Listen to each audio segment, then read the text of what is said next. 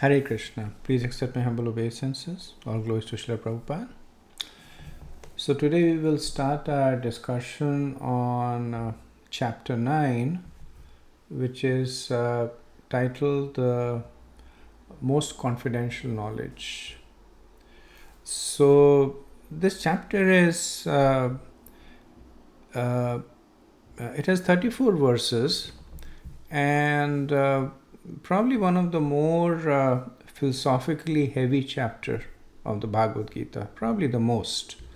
Each of the verse has extensive purports, discussions by Acharya, Srila Prabhupada. And the reason is that when Krishna is speaking about the intricacies of pure devotional service, it is a topic that is very close to his heart. So he speaks in depth. And it's also a topic that is close to the heart of Srila Prabhupada and the devotees. So there is this loving exchange that goes through this chapter. Krishna gives assurances to the devotees. Krishna extracts assurances from his devotees. So one of the most potent chapters. And as I mentioned that the verses tend to have fairly significant purports and discussions. So the 34 verses are divided essentially into 4 sections. The first 3 verses, Krishna talks about the importance of faith.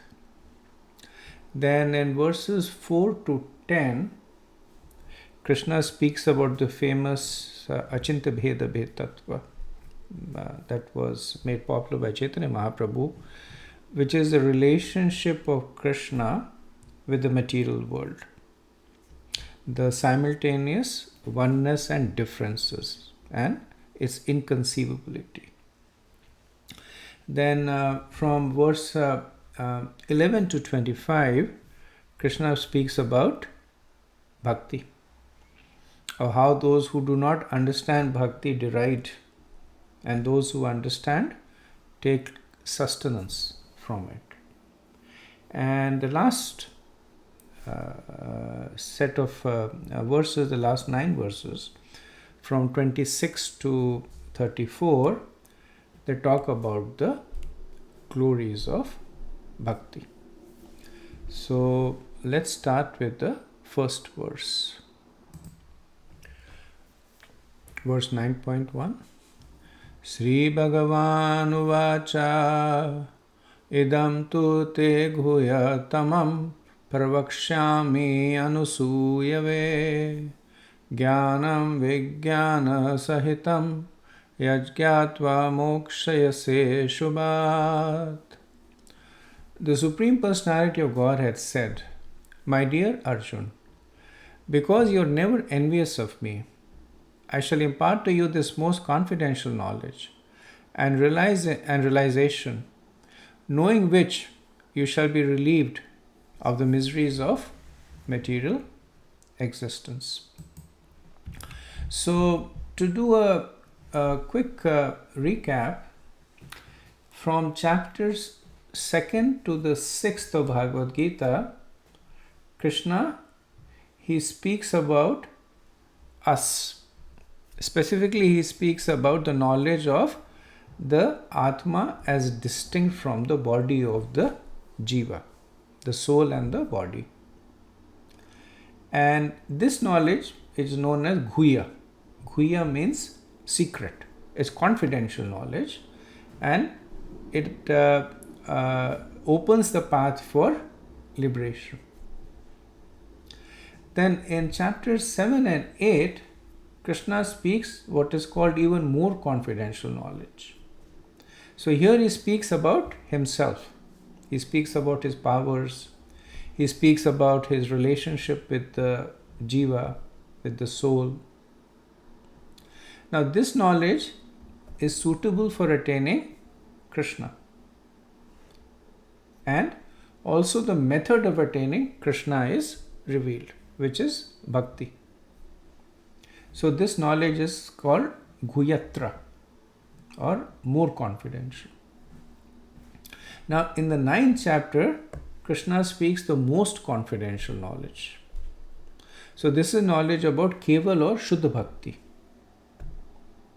wherein Krishna not only speaks about how he can be attained, but also how he can be controlled by bhakti. That's why it's most confidential.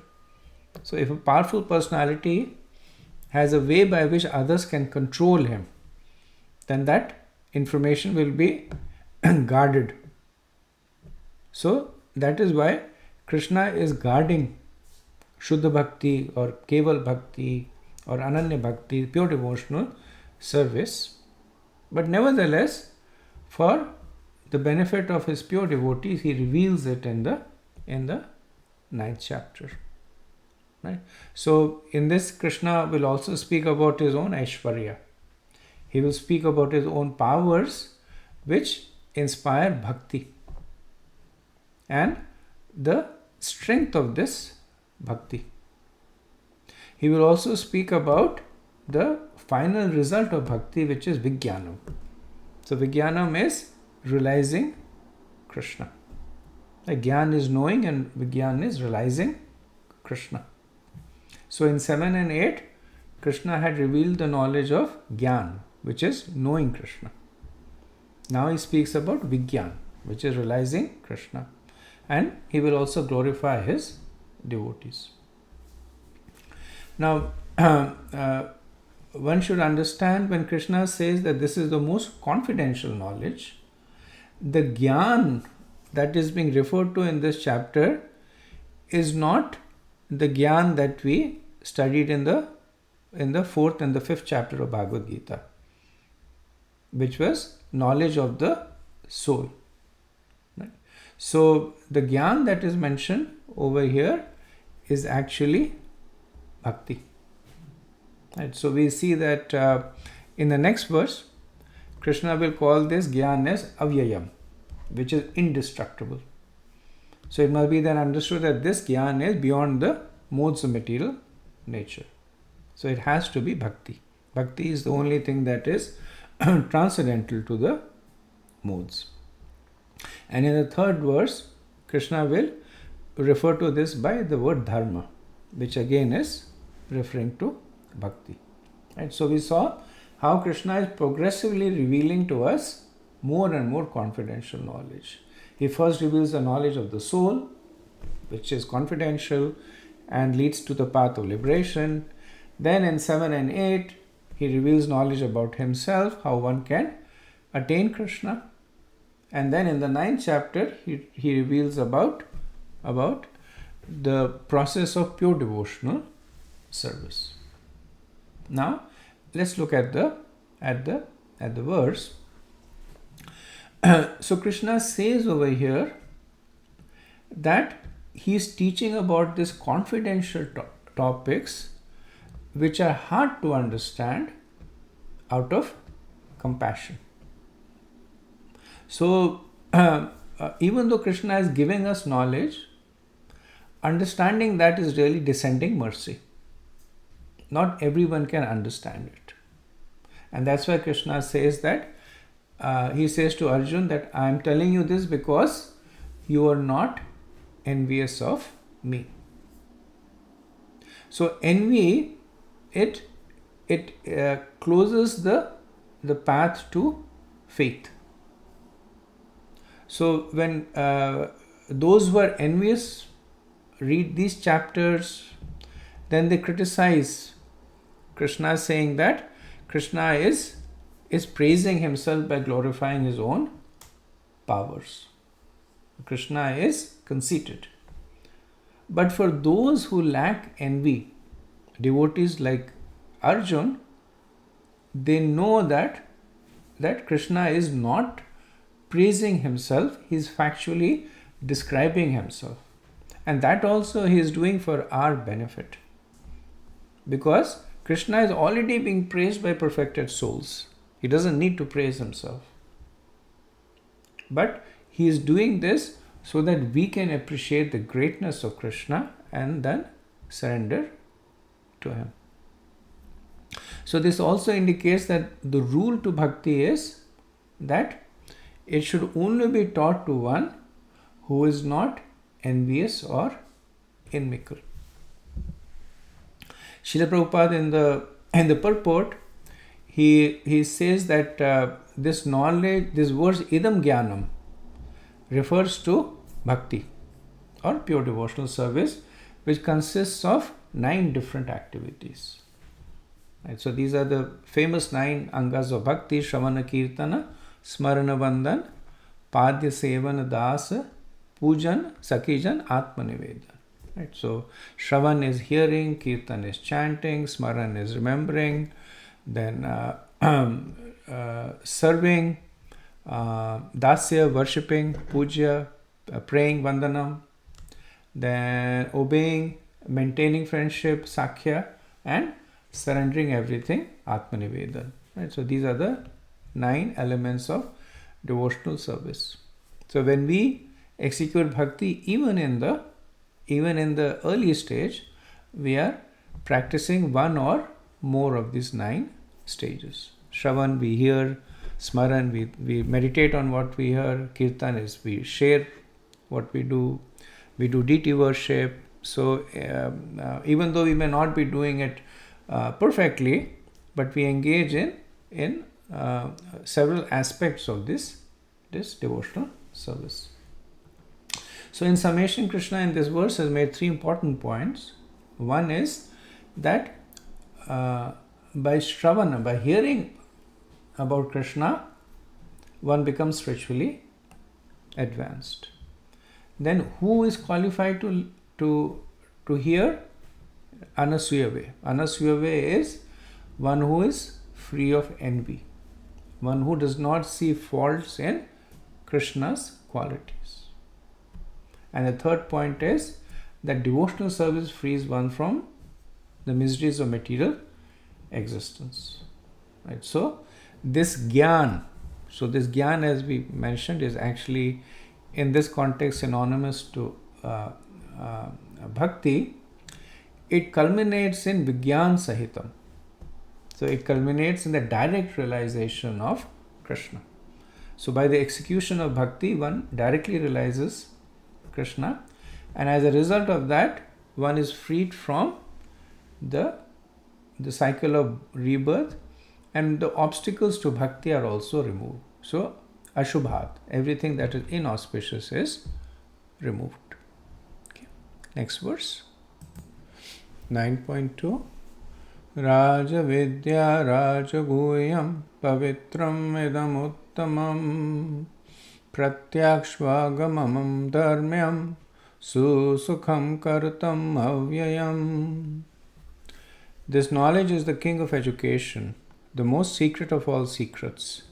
It is the purest knowledge, and because it gives direct perception of the self by realization, it is the perfection of religion.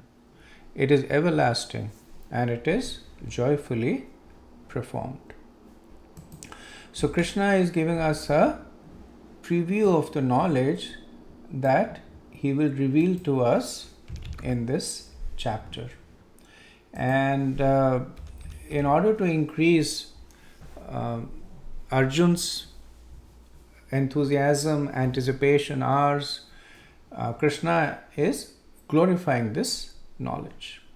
So he makes 7 key points to glorify the knowledge that is about to reveal. So even though Krishna hasn't spoken yet, but because of the vision of Srila Prabhupada and the Acharyas, we know that Krishna is going to be speaking about pure devotional service. So we look at the 7 points in the context of Shuddha Bhakti. So the first he says is Raja Vidya, king of education. Right? So it is the topmost. Just like the king is the foremost in the country, this is the topmost of all knowledge. Also, when a king travels, he is protected from front and from behind. Similarly, this knowledge is protected on the front and the behind by karma and jnana. Right? We see that in Bhagavad-gita also, that this section of bhakti comes sandwiched between karma and jnana. And then Rajaguhyam. Rajaguhyam means it is the most secret of all secrets. Right? This goes back to the title of the chapter, the most confidential knowledge. Right? Because this is the knowledge of pure devotional service. It reveals not only the path to Krishna, but also the path to control Krishna. Right? Once Srila Prabhupada was saying that these impersonalists, these Mayavadis, they are not very intelligent. All they want to do is become one with God. But we are even more ambitious as devotees. We don't want to become one with God. We want to be greater than God.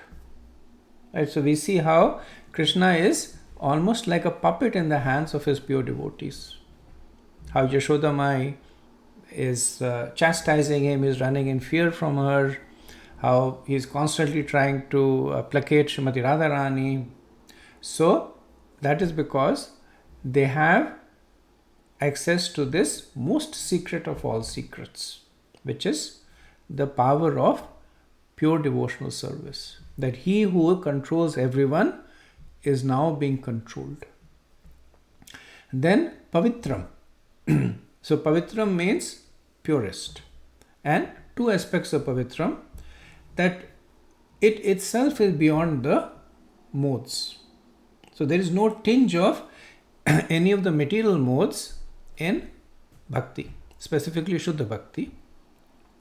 And secondly, the action of bhakti is that it destroys even the traces of sin.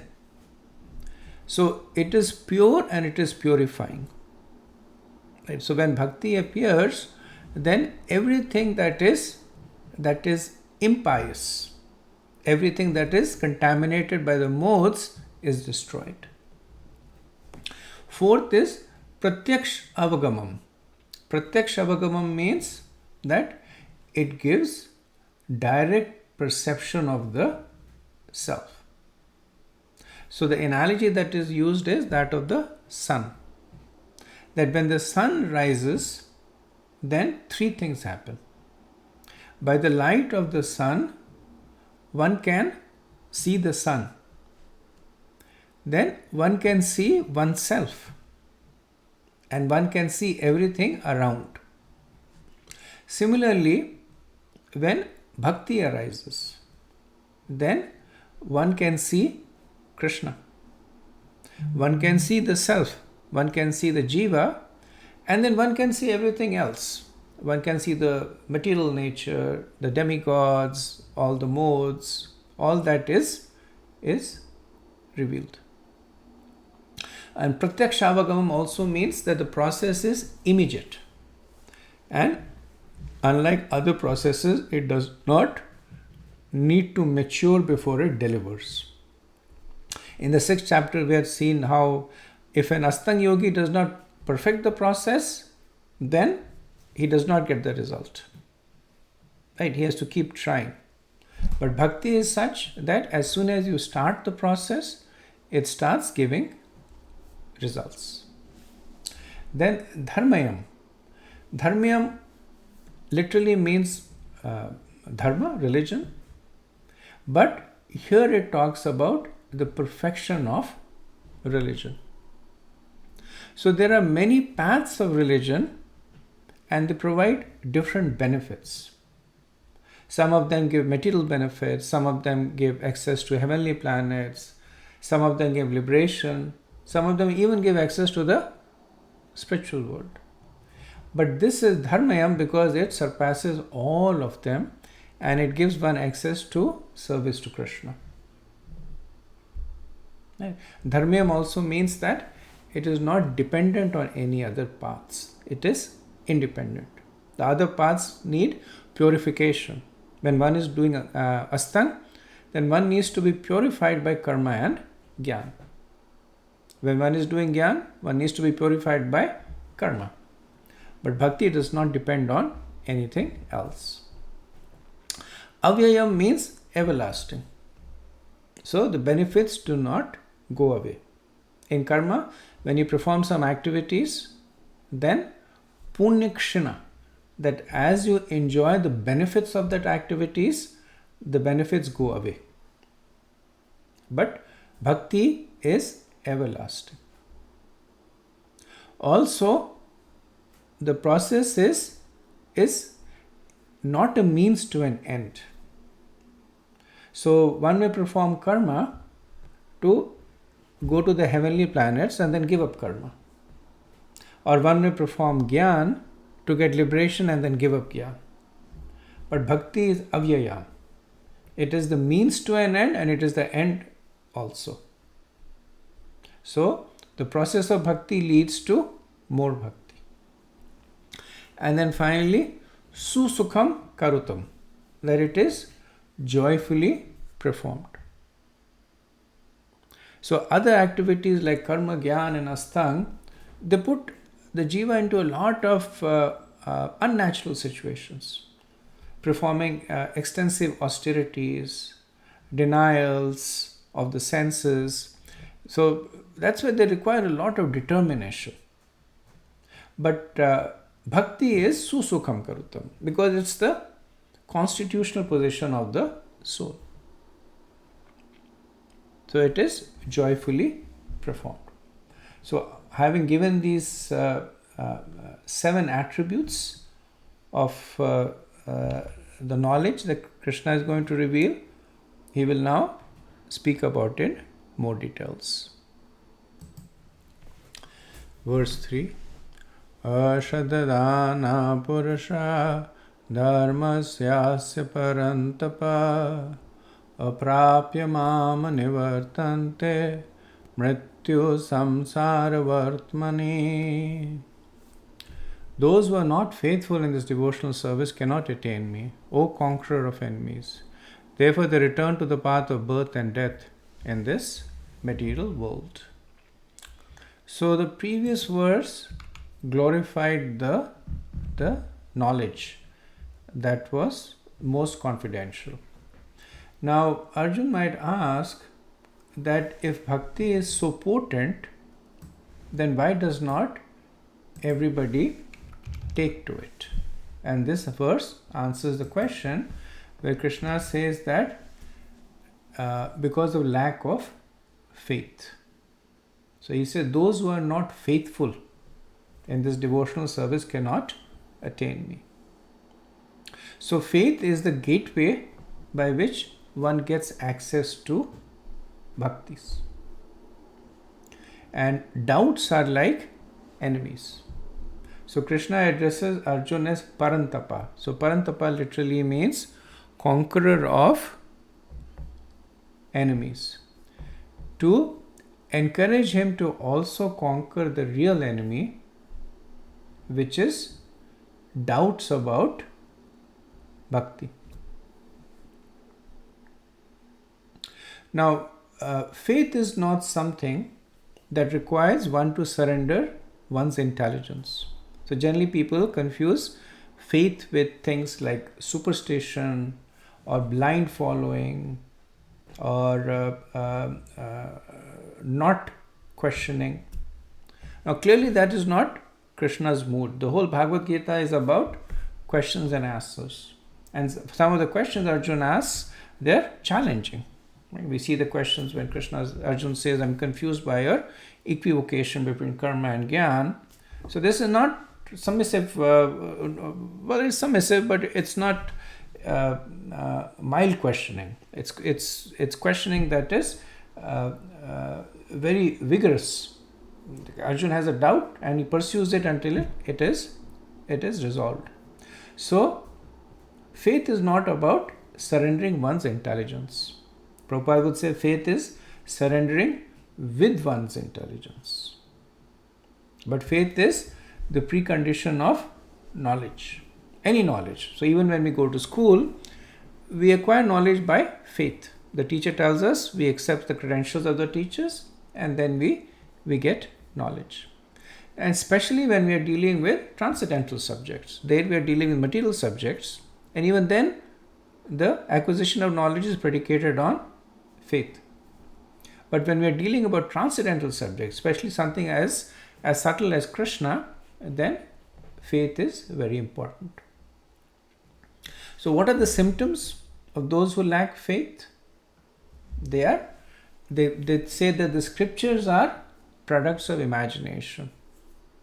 They say that the assurances that are given in the scriptures are exaggerations. And they say that Krishna is an historical figure. Right?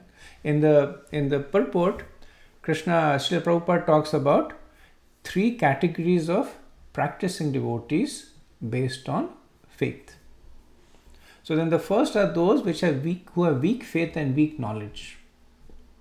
So they're Kanishta Adhikari. So they practice bhakti, but because they lack both, so from knowledge comes conviction. So because they lack both conviction and faith, it is difficult for them to continue in Krishna consciousness in an uninterrupted way. Their bhakti will often be interrupted by other pursuits, or they will have ulterior motives. I will do bhakti until I get this and then I am done with it. So generally they fall down, with the exception if they are fortunate to get the association of devotees, then the weak faith and knowledge then matures into the next stage, which is strong faith. The knowledge may still be weak. So these are Madhyamadhikaris. Right? So they may not be very advanced in understanding the devotional scriptures, but they have firm faith that this is Krishna Bhakti is the way to go. And once a person reaches that stage, they generally do not fall, because the faith will be an anchor that holds them. And then finally there is the Uttamadhikari, who has strong faith and strong knowledge. Right? So they have unshakable faith and they have unshakable conviction coming from knowledge. So the Uttamadhikaris are one that will nourish the Kanishtadhikaris and the Madhyamadhikaris. So they are already perfected themselves or on the path of perfection. But as mercy to others, as service to Krishna, they give their association, they give guidance to the Kanishtadhikaris and the Madhyamadhikaris. Srila Prabhupada in the purport, and this is a more technical point, so I won't speak too much about it, but this division of devotees amongst Kanishta, Madhyama and Uttamadhikari is actually from Bhakti Rasamrita Sindhu, and the basis is knowledge and faith. Like weak knowledge, weak faith, Kanishta, weak knowledge but strong faith, Madhyam, and strong knowledge and strong faith is Uttamadhikari. In the Srimad Bhagavatam also there is the division of devotees, and Srila Prabhupada writes, so there he talks about the division as per the Bhagavatam also. There he says faith in Krishna is also divided into 3 stages as per the Srimad Bhagavatam. First class attachment, second class attachment and third class attachment is explained in the 11th canto.